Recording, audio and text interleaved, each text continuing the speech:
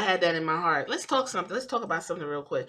Let's talk about how the boss, the standard, the blueprint, this this badass bitch Sasha Banks went down and basically upstage Charlotte.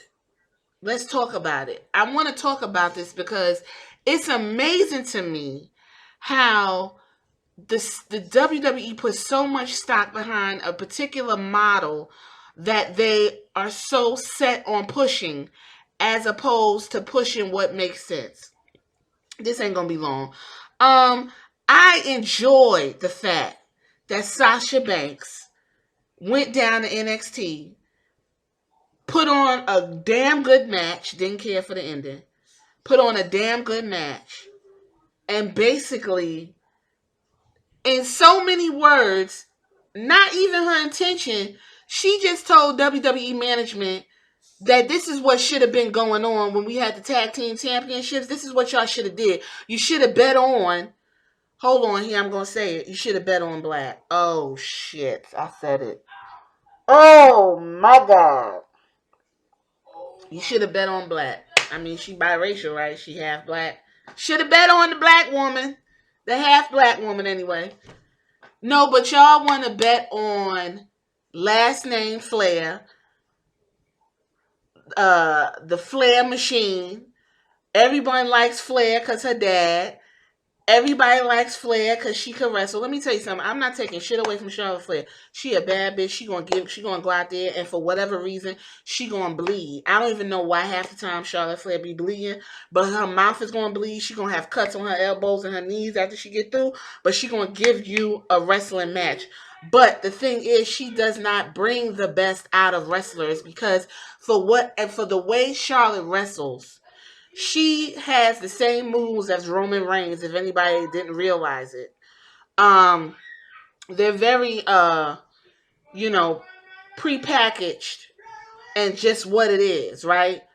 But when you have someone versatile as Sasha Banks, who whenever you put Sasha Banks in the ring, she's going to bring whoever she's wrestling with, she brings them to the better of them. Charlotte does not do that. And she has not done that.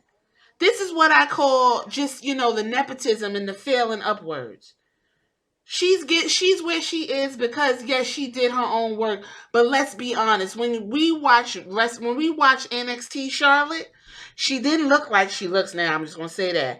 But she did not stand out when the four of them, Becky, Bailey, and Sasha were in the ring with her, she did not stand out. She did not. Shit. Becky didn't even stand out. It was always Sasha and that fucking attitude that made this thing, the boss, what it was. This woman went to NXT and on her episode, I don't give a fuck about the demographic and none of that. Her episode, her match outdid the main event over at Fyter Fest. That's it. You had Charlotte on three different brands for 2 whole months, and that needle did not move in terms of watchability. It became Charlotte's on TV. I'm fucking about to go watch in the heat of the night. I'd rather watch a 30-year-old TV show than enjoy some wrestling when Charlotte was on TV talking. Y'all try to use her to push the Bailey Sasha Banks feud. It didn't work. You took the belt off of Rhea Ripley, who I don't even fucking understand what the hell that was. You fucking used Bianca Belair, who basically moved the entire Charlotte Rhea Ripley storyline. The star of the storyline was Bianca Belair. Then you brought up to the main roster, and now the woman's gone. But the constant is Charlotte. And that's why I have a whole video called The Juggernaut. Wherever she goes, she devours everyone around her. Is it her fault? I don't think so. I mean, but sometimes you gotta ask yourself, God damn, do you do anything in the good of somebody else? Are you willing to go over? Because Charlotte could have easily went back there and said, listen, y'all, I want Bianca Belair so we can finish up the storyline we was doing NXT. Them two bitches in the ring, listen, that's money. Now we got Sasha Banks walking around. Literally, basically, she is, yes, right now the standard. Not because Charlotte is somewhere, getting her titties fixed or whatever she doing, but because she is the standard. I enjoy looking at Sasha Banks on TV. I do. I like her style. I like the aesthetic. I like the attitude. She's not even like a champion of the brand. She's a tag team champion with Bayley. But when her and Bayley comes out, you would think Sasha was the fucking SmackDown Women's Champion. She exudes champion. She exudes standard. She exudes some type of level of excellence. And that's just what it is. Charlotte calling herself a queen does not exude anything. That's just like Baron Corbin calling himself a king. So what? You don't have no meaningful title reigns. Seems like people just putting you places where you ain't supposed to be. And I think it ruined Charlotte's stock. And to see how her showing up on NXT in the fashion that she did, pulling in on that damn car and getting in that ring with Io Shirai, giving us the match that we deserved and that we want and that we need to get us through. If you're going to fucking have people catch COVID down to the PC, give us something we could feel. That match was good. I'm not going to say it was the best match of all time, but damn, I was just like, this is what, this is what I need to see. That's it. I just wanted to let y'all know that Sasha Banks and Bayley should have been doing this before the COVID when they were tag team champions. That's what they should have been doing. Sasha Banks should have had that fucking Raw title in that Hell in a Cell match against fucking, what's her name? Becky Lynch. Now that was a damn match for your ass. They was slamming and jamming each other like, it's like before they went out, they was like, listen, go ahead and punch me. If you're going to punch me, give it to me. The bitch bruised her damn ribs in the ring. It says a lot when you're watching Fyter Fest and you turn it to NXT at the end of the goddamn you turn it to NXT, or you're watching anything and you turn it to NXT specifically to watch Io Shirai go at it with Sasha Banks. That's where the 900,000 came in. 100. I mean, that's where the highest ratings were. Now, when Charlotte Flair and Mia Yim had a match, it only did 170,000. Like, y'all worried about these numbers, but you got to be real about it. You know what I mean? I don't know why Vince, well, I do know why, because he's a stone cold racist, but besides that, don't nobody want to see no big breasted, flat ass blonde just because, and who she is. 12-time world champion is not doing her any favors. Her one trick, woo, you're going to have to do something else, boo. Like, you're going to have to come out with some, you're going to have to either switch up that style. What worked for Ric Flair, I'm going to say this, and then this is the thing when it comes to offspring of wrestlers, and this is where they fail. What worked for Ric Flair, first of all, timing is every fucking thing, number one. Number two, Ric Flair was all of, that's it. There was no other Ric Flair. There was only one Ric Flair, right? And he's doing, he's giving you the opulence, the money, the jet flying, limousine ride. He's giving you all of that. He's giving you fucking, this is who I am. You're going to take it. You're going to deal with it. Then when Rick got in the ring, he giving you the drama, the motherfucker flipping over the turnbuckle. He dropping, he having a good time. He's giving you something you never seen before at those years in Ric Flair. That's why he was able to be versatile. When he left WWE in the fashion he left and he went over to WCW, you still was getting Ric Flair. When he was on Impact, you still getting Ric Flair because there is nobody else to do Ric Flair. So then fast forward, Ric Flair's daughter is in the ring. I don't think Charlotte Flair was like, well, I want to do just what my dad did, but be Charlotte Flair. It was no way for her to carve out who she is. this is, I mean, at this point, we're used to seeing, been what, 10 years now? We're used to seeing her come out in her dad's, you know, in the robe, just like her dad, the boots, just like her dad, the woo, just like her dad, you know, trying, what she does not have is the gift of gab like her dad. She don't got that. Now, Charlotte Caressel, don't get me wrong, she gonna give you she gonna give you a power slam. She gonna give you, you know, the figure eight, the figure four. She gonna give you all that. But what she don't need to be doing is any moonsaults, because she gonna give you nothing but knees, and then her mouth gonna be bleeding, and everybody just is gonna be confused as to how it happened. But Charlotte Flair just doesn't stand out, and I think at this particular point, it's been solidified that she isn't the megastar that WWE is trying to build her to be.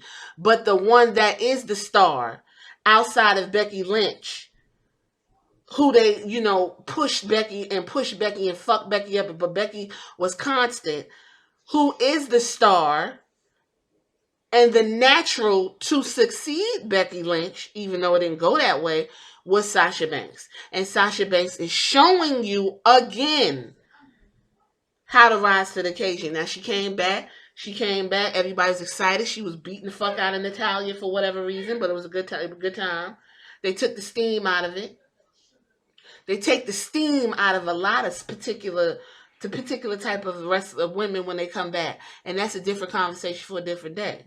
Took the steam out of it, and then they paired her with Bayley, and she made do with what she had, because even when she's with Bayley, Sasha stands out regardless. Now, right now, Bayley is a heel, and she's a really annoying one, and she's giving you that character work, and she's, you know, poking, and they got this real tension going on. But the star is Sasha regardless. And this is where, like I said, the Kabuki Warriors got fucked up, and Kairi Sane ended up getting ate up in that group. Even as a group, Bayley may not be as bright as a star, but she's still a star, and her star is shining. But when she's next to her best friend, who's her best friend, that shine is you just can't. It's unmatched. She shines brighter than Bayley. It's just natural. Like, I don't know how to say it. And then when you put all four of them in the ring, now I do not like that the entire women's roster revolves around four women. That's it. I don't like that. But when you put four women into the ring, the thing that stands out the most out of the top two is Sasha and fucking Becky can get on the mic and give you what you want. Now, Becky could tear up a mic, although I don't like her licking her lips and all that dry ass smacking. But Becky gonna give you a mic check, right? Sasha, for the most part, gonna give it to you. As long as you keep Sasha, you know, let her say what she wants. I'm the stanza. I'm that bitch. I make the money. Vince said I'm a bad bitch. Keep her doing that. She gonna give you what you want. Bayley, let her keep being snarky and a smart ass and making that little smirk with them no lips. She gonna give you what you want. Charlotte, she sounds like an android. You keep her. I'm the queen. And you will bow down to me. And you will deal with what I'm giving.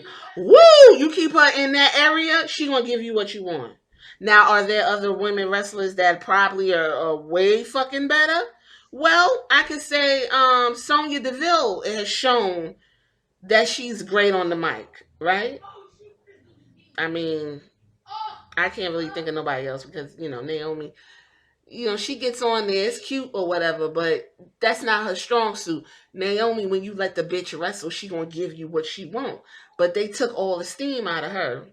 So we not gonna go down that road. So I'm just gonna just stop right here and just point out, if no one else has pointed out, if no one else has seen, that the only person that needs to be bringing up the women's division and bringing it back to where it was and what it could be, before even it should still be even after fucking what's her name? It's right on the tip of my tongue. Ronda Rousey. Even after Ronda Rousey was gone, Sasha Banks made the most sense. But y'all pissed the woman off and couldn't do it. So, after Becky, it should have been Sasha Banks. But now we got Asuka, and we're gonna work with Asuka. I'm happy for Asuka because listen, the way they're handling them Asian talents over there is absolutely egregious. Now, should Asuka be acting the way she do? No, because that's not her character. But you know what? That's gonna get food on the plate. I guess she's gonna do what she need to do, but she need to keep it cute because then it's gonna turn into a caricature of the clown, which is kind of pushing it there, right?